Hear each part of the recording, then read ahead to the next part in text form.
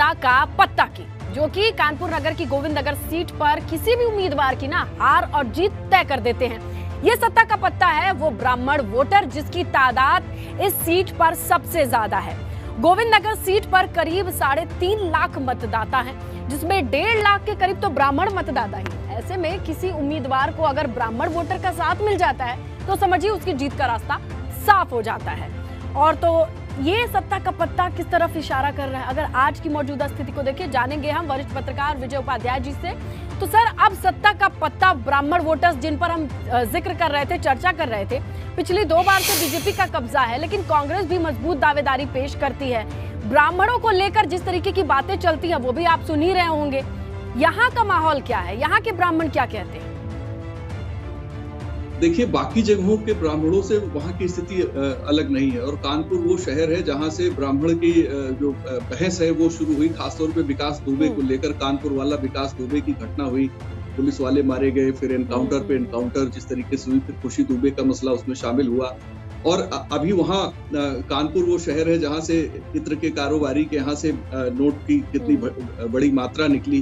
तो देखिए, यहाँ गवर्नेंस जो है वो सत्ता का पत्ता मुझे लगता है कि गवर्नेंस को लेके वहाँ के लोग कितने खुश हैं, कितने नाखुश हैं, क्योंकि सिर्फ ब्राह्मण के वोट के सपोर्ट से आप नहीं जी सकते, क्योंकि कोई भी समुदाय, खासतौर पे जो पढ़ा लिखा तबका है, किसी भी जाति का हो, एक मुश्त कहीं वोट नहीं करता। एक मुश्त वोट करने की जो रुझान है वो ऐसे लोगों में ज्यादा होता है जिनका एजुकेशन और जो ठीक है सर, यानी कुल मिला के विकास का मुद्दा सिक्योरिटी कहाँ मिलती है, क्योंकि ये सीट अलग है, शहरी परिदृश्य है, और कानपुर को तो ओवरऑल ही मैनचेस्टर देखा जाता है, तो तमाम मुद्दे वो जरूर हावी हो सकते हैं, ऐसा आपका कहना। तो वही कानपुर की गोविंद नगर सीट पर मौजूदा भाजपा विधायक सुरेंद्र मैथानी का दावा ये है कि विधायक बनने के बाद कम से कम उन्होंने तो इलाके की मांगों का पूरा ध्यान रखा है। जो लंबे अरसे से जो मांगे की जा रही थी, वहीं उपचुनाव में कांग्रेस से दूसरे नंबर पर रही करिश्मा ठाकुर की माने तो विधायक जी के काम में सिर्फ दावे दिखते हैं, काम नहीं दिखता है।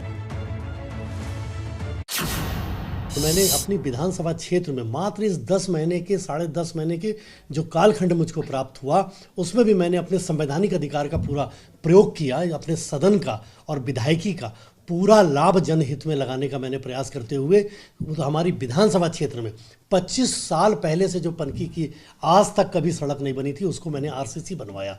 हमारी विधानसभा क्षेत्र में 15 वर्षों से मसवानपुर वाली सड़क नहीं बनी थी, 2 विभागों के बीच पेज फंसा हुआ था। माननीय मुख्यमंत्री जी योगी जी की कृपा से मैंने दोनों विभागों के पेज को निकाल करके और 28 करोड़ में, जिसको लोग कह रहे थे 300 करोड़ 400 करोड़ का काम है और ये हो ही नहीं सकता, मैंने उसके सारे मिथक को तोड़ा और मैंने 28 करोड़ में उसको हस्तांतरित कराया। 1.25 साल मुझे लगा, उस कोरोना के कालखंड में भी मैं लगा रहा। राजापुरबा, लोहारन भट्टा, विवेकानंद बस्ती, इन सभी बस्तियों में सीवर की समस्या है, प्रॉपर ड्रेनेज सिस्टम नहीं है।